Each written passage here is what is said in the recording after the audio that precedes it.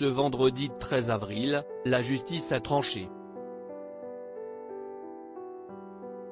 Le tribunal de Nanterre a rendu une décision mitigée ne rendant aucune des deux parties plus victorieuse que l'autre.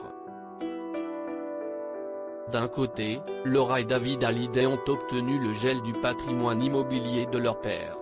De l'autre, les deux aînés ont été déboutés de leur demande de droit de regard sur l'album posthume de Johnny Hallyday.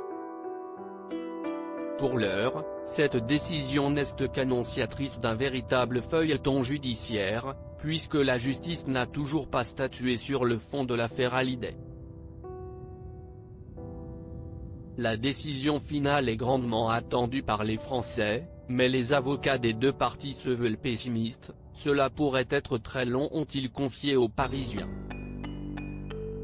Et pour cause, le tribunal de Nanterre est en sous-effectif, et se révèle être complètement débordé.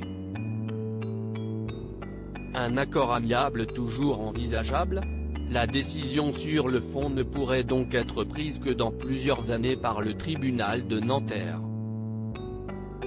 D'ici là, les deux parties peuvent très bien trouver un terrain d'entente.